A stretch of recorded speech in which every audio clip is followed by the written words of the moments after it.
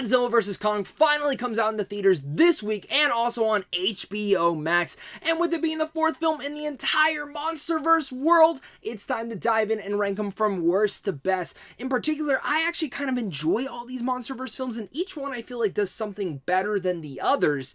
And it's going to be fun to kind of dive in this. So make sure as well to share down your guys' ranking, as well as hitting that like and subscribe button so we can keep talking movies over here on a daily basis. But without further ado, let's get to my number 4.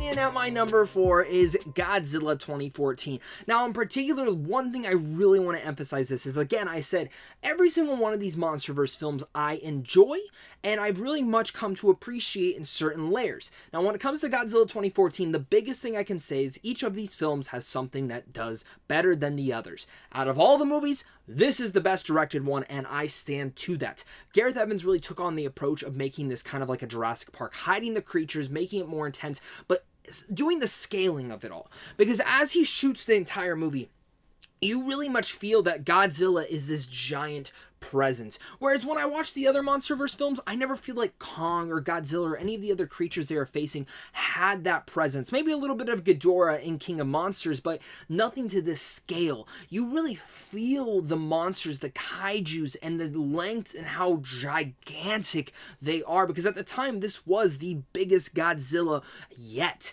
and you felt it throughout the entire movie. But bringing this in, this was a completely different approach to Godzilla before. This wasn't your cliche cheesy stuff, and it did focus in a lot of the human elements, which again, Bryan Cranston's excellent, but he ends up dying off. And again, there might be some spoilers for every one of these films.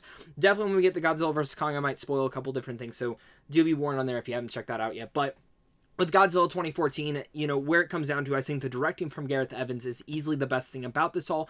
Cinematography, it looks beautiful. The last 10 minutes is phenomenal. The way, like, just Godzilla just goes wrecking on these monsters. And weirdly enough, I found the human element this time around as a rewatch not that bothersome, but also not that great either.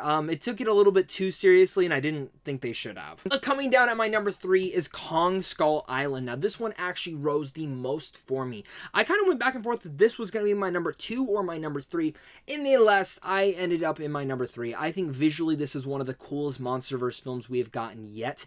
There's a big cast of characters that we absolutely did not need, and when it comes down to a con, that is the biggest thing. Too many characters in this. You could have easily nailed it down to just maybe having like 5 to 6 central ones that you could have done, and I think it would have made for a more cohesive and strengthened in the story. But overall, I like the actors in here. I think Samuel Jackson does great, John C. Reilly, Brie Larson, of course, and of course Tom Hiddleston. They're all wonderful in these roles.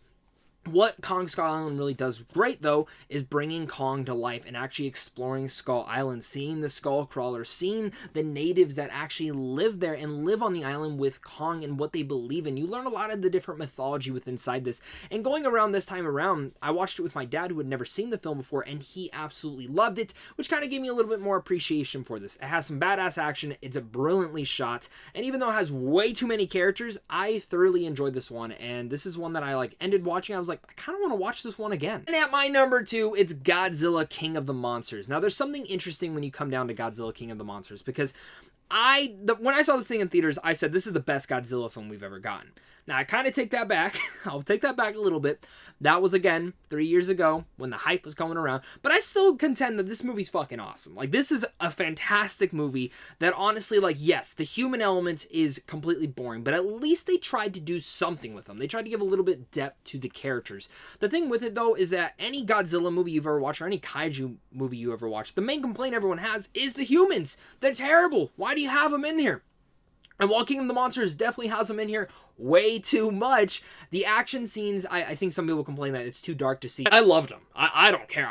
You know, you could see what was going on in my eyes. I really loved seeing Godzilla go up against Ghidorah, seeing Mothra come to life, and see Rodan come out. It just was an absolute, like, you taking all my toys from my childhood and bringing them out to life to fight. And it was just phenomenal. And then plus, out of all the films, this is my favorite score out of all the MonsterVerse movies. It felt like working art coming onto the screen.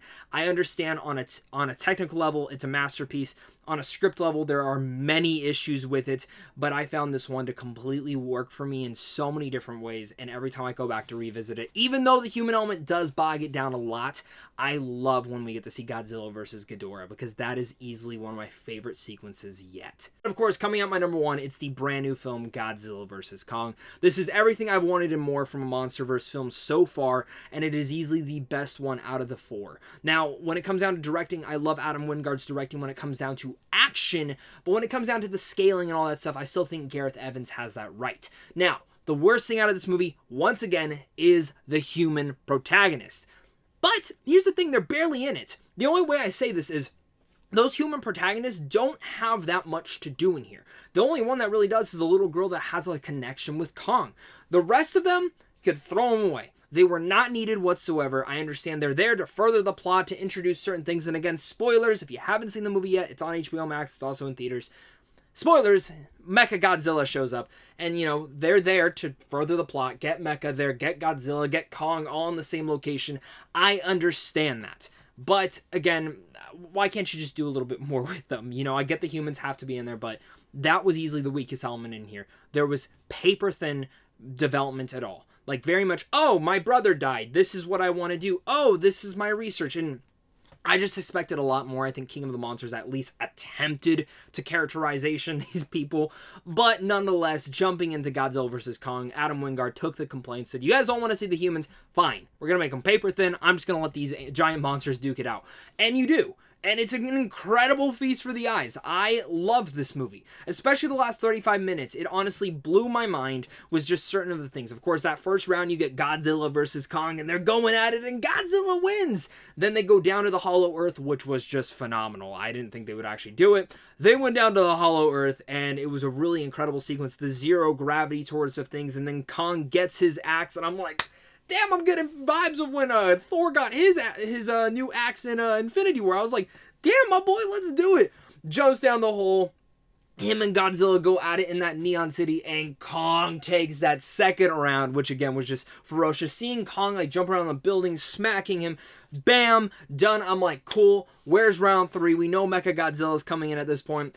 Round 3 comes about. Godzilla kicks the shit out of Kong, and I was Team Kong, so I was kind of disappointed in that. He didn't get to become the King Kong that we know him as, but still, I digress. It was still a badass fight. Where it really comes down to is where these two alpha males, alpha kaijus, team up to fucking fight Mechagodzilla. Oh my god, they're just going at it. And just seeing how, like, Godzilla's losing, Kong gets revived, jumps back in the battle, and just starts smacking him, and then the teamwork of Godzilla shooting his atomic breath onto the axe, and just starts beating the shit and destroying Mechagodzilla. Oh my god, it was everything I could want and more. Again, those last 35 minutes made my thoughts up on this being the best MonsterVerse film yet. It gave us the best action sequences, which I think is all thanks to Adam Wingard. Some incredible cinematography. And probably the best visual effects. Yes, this was a visual effects feast for the eyes, and I loved it. I'm definitely going to go watch Godzilla vs. Kong again this weekend, and probably again after that. I'm so excited, and with that said, guys, that is my MonsterVerse ranking, so thank you once again for clicking on this. Make sure to hit that like and subscribe button if you guys are new here. Comment down below your ranking. Head on over to Samsung Films on how to see films early, and of course, just a big thank you to you, and a big thank you to my Patreon supporters, because without you, I won't be able to do this. So, of course, until next time, stay classy.